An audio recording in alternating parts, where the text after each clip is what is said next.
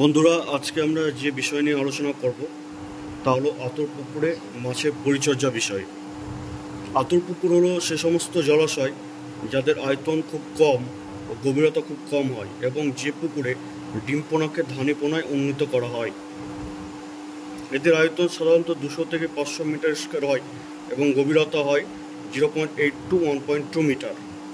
এরা seasonal type, অর্থাৎ বছরে কিছু সময় জল থাকে, অথবা পেরিনিয়াল টাইপ, অর্থাৎ সারা বছর জল থাকে এমন প্রকৃতির হয়। যাই হোক, সিজনাল পন্ড হলো বেশি গ্রহণযোগ্য অনুকূল, কারণ সূর্যের কড়া রোদে এদের পাদদেশে থাকা জীবাণু ধ্বংস হয় এবং জল ও মাটির গুণাগুণ বজায় থাকে। সাধারণত আতর পুকুর প্রস্তুত করা হয় শেষ বসন্তে বা গ্রীষ্মকালে, ফেব্রুয়ারি থেকে মার্চ মাসে। এরপরে পদক্ষেপ যেটি হচ্ছে সেটা হচ্ছে আগাছা নিয়ন্ত্রণ। আগাছা ও ঘাস শুধুমাত্র মাটির পুষ্টিদ্রব্য শোষণ ও নিঃশেষ করে তাই নয়, তারা ক্ষতিকারক কীটপতঙ্গের বাসস্থান রূপেও কাজ করে।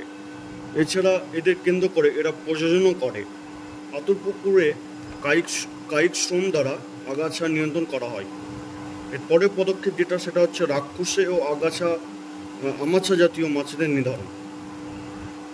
পেরিনিয়াল টাইপ পন্ডে রাক্ষসে ও আমাছা জাতীয় মাছ চাষযোগ্য মাছেদের সঙ্গে অক্সিজেন, জায়গা ও খাদ্য নিয়ে প্রতিযোগিতা করে, তাই এদের নিধন ও দূরীকরণ একান্ত প্রয়োজন।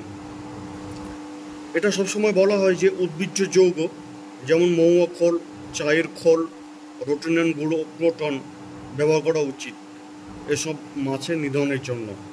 এদের মধ্যে সবচেয়ে উল্লেখযোগ্য হলো মহুয়া খোল, যার দ্বৈত ভূমিকা রয়েছে। প্রথমে এটি বিষাক্ত পদার্থ রূপে কাজ করে, পরে পুকুরে সার হিসাবে কাজ করে। মহুয়া খোল প্রয়োগের সঙ্গে সঙ্গে সমস্ত মাছের মৃত্যু শুরু হয়। এর প্রয়োগ মাত্রা হলো 2000 থেকে 2500 কেজি প্রতি হেক্টর প্রতি মিটার।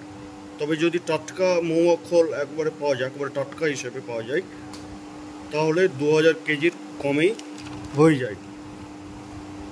3 সপ্তাহ পর, অর্থাৎ 21 দিন পর মহুয়া খোলের বিষাক্ততা কেটে যায়। এর মধ্যে স্যাপোনিন নামক একটি বিষাক্ত যৌগ থাকে। এরপর এর মধ্যে থাকা পুষ্টিদ্রব্য যেমন এনপিকে, নাইট্রোজেন, ফসফরাস ও পটাশিয়াম জলে মিশতে থাকে, যেটি পুকুরে একান্তভাবে কাম্য উদ্ভিদ ও প্রাণীকণার পরিমাণ বৃদ্ধি করে। এরপর হচ্ছে রাসায়নিক পদ্ধতি। মৎস্যচাষিরা ব্লিচিং পাউডার ব্যবহার করতে পারে, যার পরিমাণ হলো 350 কেজি প্রতি হেক্টর প্রতি মিটার, অথবা ব্লিচিং পাউডার ও ইউরিয়ার মিশ্রণ ব্যবহার করতে পারে। ব্লিচিং পাউডারের পরিমাণ হলো 175 কেজি প্রতি হেক্টর প্রতি মিটার ও ইউরিয়ার পরিমাণ হলো 100 কেজি প্রতি হেক্টর প্রতি মিটার। এর বিষাক্ততা 7 থেকে 8 দিন পর্যন্ত বজায় থাকে। এটি পুকুরের পাদদেশে থাকা জৈব পদার্থের পচনে সাহায্য করে। এছাড়া এটি সংক্রমণ প্রতিরোধে সাহায্য করে। জলে প্রয়োজনীয় ব্লিচিং পাউডার ও ইউরিয়া দ্রবীভূত করে যে স্লারি বা কাই উৎপন্ন হয়, সেটি পুকুরের ওপরের স্তরে ছড়িয়ে দিতে হবে। মাছ অস্বস্তি বোধ করবে এবং উপরিতলে খাবি খেতে থাকবে এবং ধীরে ধীরে মারা যাবে। এই মাছগুলি বারবার জাল টেনে তুলে ফেলতে হবে।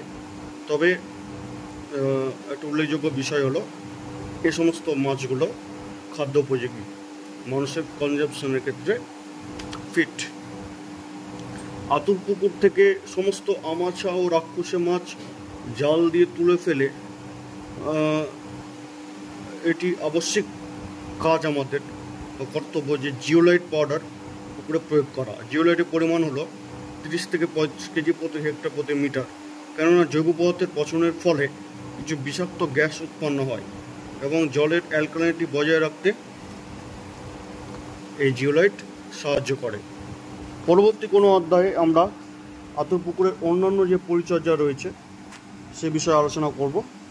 ততক্ষণ ধন্যবাদ।